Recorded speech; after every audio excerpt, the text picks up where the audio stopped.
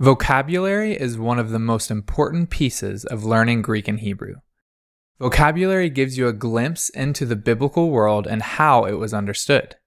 It opens the door to reading new texts and reading them with greater comprehension and fluency.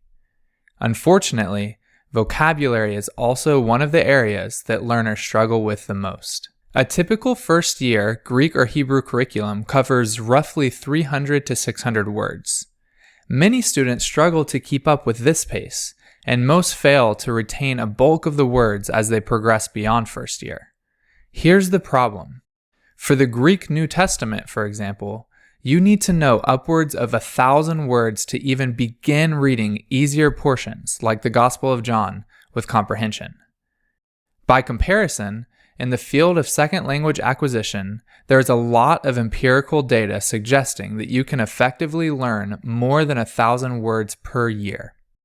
So why do we struggle so much with Greek and Hebrew vocabulary? And how can we grow our vocabulary knowledge more effectively and efficiently? Before we dive into tips for effective vocabulary learning, it's important to clarify what our goals are when learning vocabulary. At a fundamental level, the two main goals can be thought of in terms of depth and breadth of knowledge. The depth of our knowledge about a particular word has 3 stages: learning, retention, and retrieval. The learning stage primarily involves making a mental association between the word and some meaning that it represents. The retention stage involves transferring that word meaning association to your long-term memory. When this is done successfully, you no longer have to continually review the word in order to remember it. It's kind of like riding a bike. You've learned it in such a way that it is not easily lost. Finally, the retrieval stage involves recalling that word meaning association from your memory in order to use it, whether in the context of reading, listening, writing, or speaking. The important thing to note is that these are 3 distinct activities, though related, that require different functions of your brain. For example, have you ever had the experience where a word is on the tip of your tongue? You know it, but it just won't come out. This happens when you have successfully stored something in your long-term memory, but you're struggling to retrieve it. In terms of language learning, the term fluency is most accurately used to describe the retrieval process. You've become fluent with language when you can effectively and efficiently retrieve it for the purposes of using it. So when it comes to learning new vocabulary, one goal is depth of knowledge. We want to make a strong word meaning association, transfer that knowledge to our long-term memory, and develop the ability to retrieve that knowledge fluently. The other goal is breadth of knowledge. Words generally don't have one precise meaning that can be captured by a single gloss or definition. Instead, they typically have various senses that make up the word's range of meaning.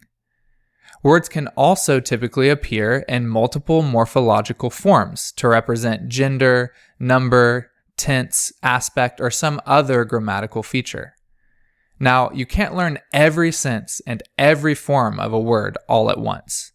Instead, the goal of vocabulary learning should be to continually expand the breadth of our knowledge of words. Now that we have a better understanding of the goal of vocabulary learning, let's talk about how we can do it most effectively and efficiently. Here are 6 key ingredients for effective vocabulary learning. The first is spaced repetition. Perhaps it's obvious that repetition is important for learning vocabulary. You're not going to effectively learn a word by only looking at it once. But when you do your repetitions is just as important as doing them. Spaced repetition is the principle of studying a word repeatedly in several sessions that are spaced out over time. It's contrasted with massed repetition, which involves repeating the word over and over in one session. In other words, it's much more effective to study a word once per day over 10 days than it is to repeat the word 10 times in a row.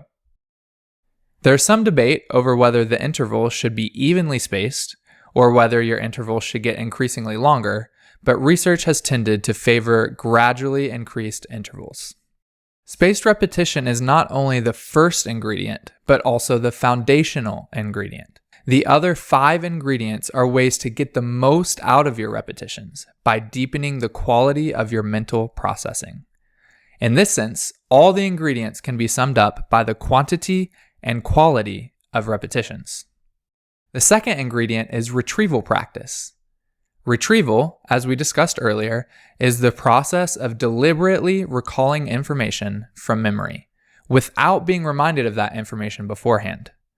There are ways of studying vocabulary that don't involve retrieval.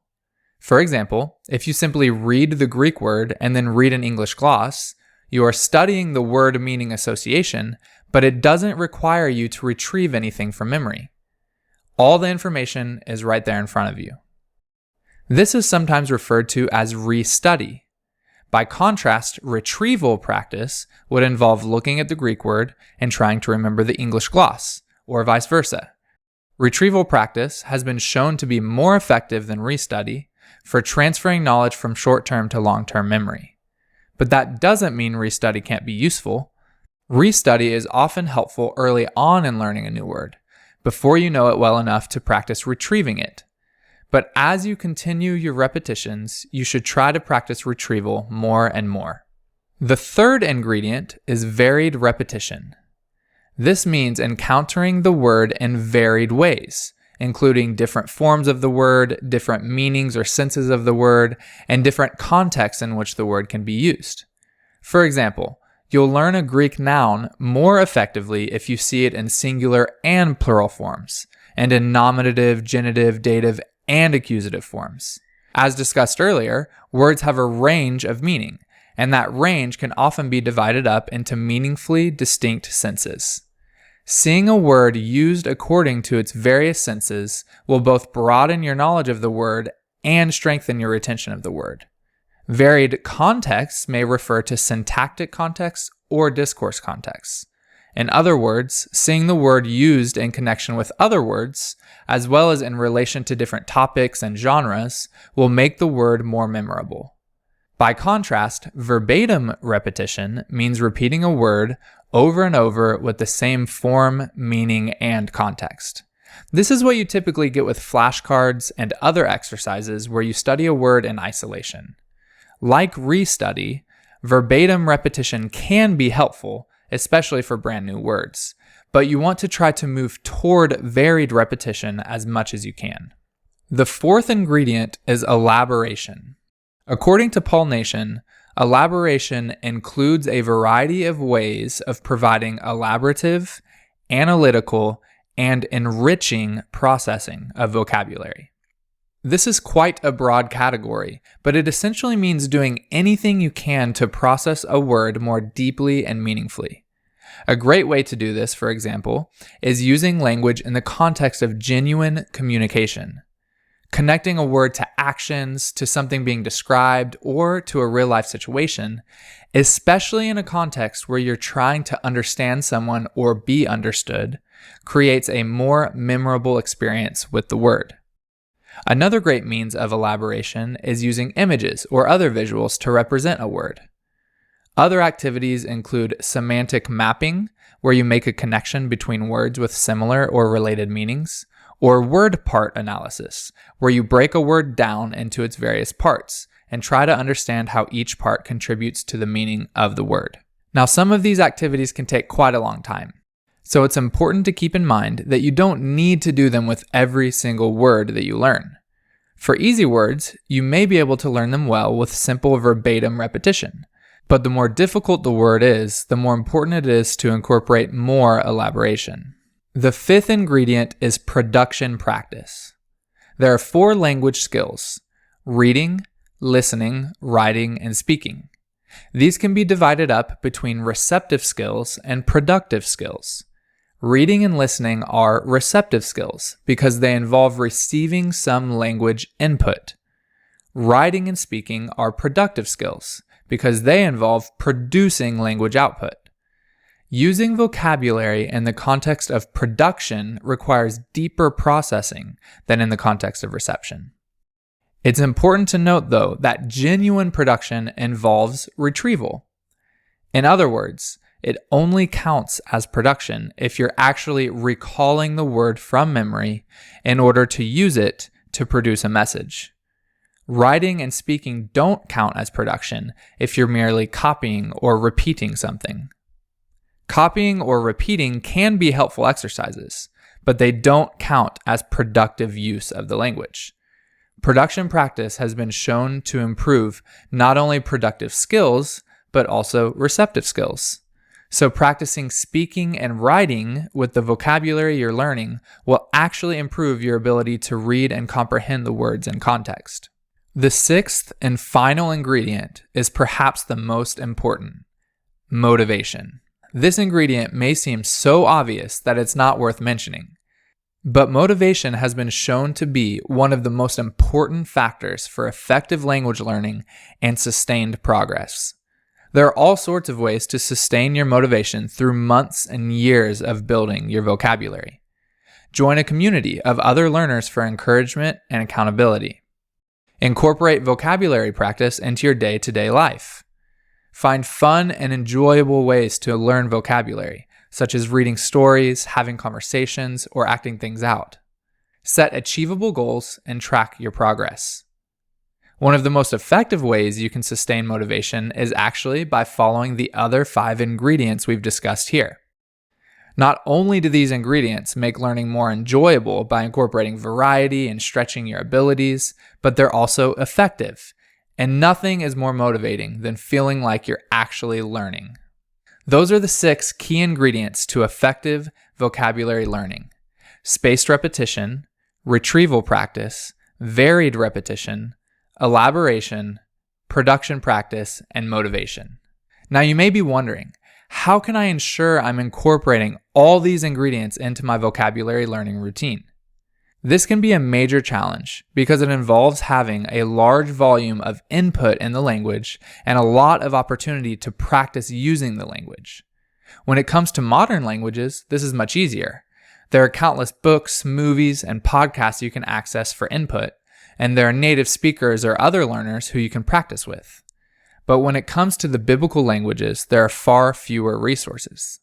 Sure, there are plenty of textbooks and courses available, but these typically don't give you large volumes of input with a controlled vocabulary specifically at your proficiency level. Nor do they give you the opportunity to practice output while receiving feedback and corrections. In other words, when it comes to vocabulary practice, you typically get restudy rather than retrieval practice, verbatim rather than varied repetition, minimal elaboration, and receptive rather than production practice. And textbooks don't tend to be very motivating. There are a handful of good resources out there that you can piece together to try to incorporate as many of these ingredients as you can.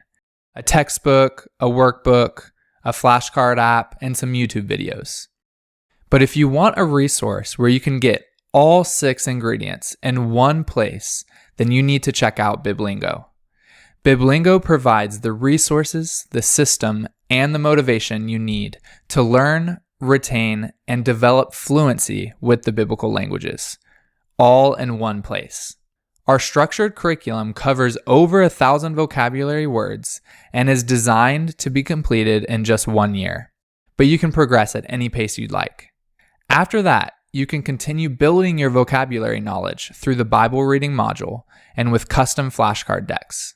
Biblingo incorporates all 6 key ingredients for effective vocabulary learning: spaced repetition with auto-generated review decks, retrieval practice with flashcard and reading exercises, varied repetition with practice sentences and short stories, elaboration with visuals and semantic domains, and production practice with typing and speaking exercises. And all of this is designed to keep you motivated, along with custom learning plans to set goals, a dashboard to track your progress, and a community of learners to encourage you. If you want to experience the power of these 6 ingredients for yourself, go to biblingo.org and start your 10-day free trial today. These key ingredients are inspired by Paul Nation's work on vocabulary acquisition. Paul Nation is a world-renowned scholar of applied linguistics who specializes in the teaching and learning of vocabulary and language teaching methodology. You can find a bibliography of his publications, many of which are available online for free via the link in the description of this video. We've also linked a specific article called How Vocabulary is Learned, which is where Nation discusses many of these key ingredients at length. Can you stand up? Okay, talk into this. Say, Biblingo.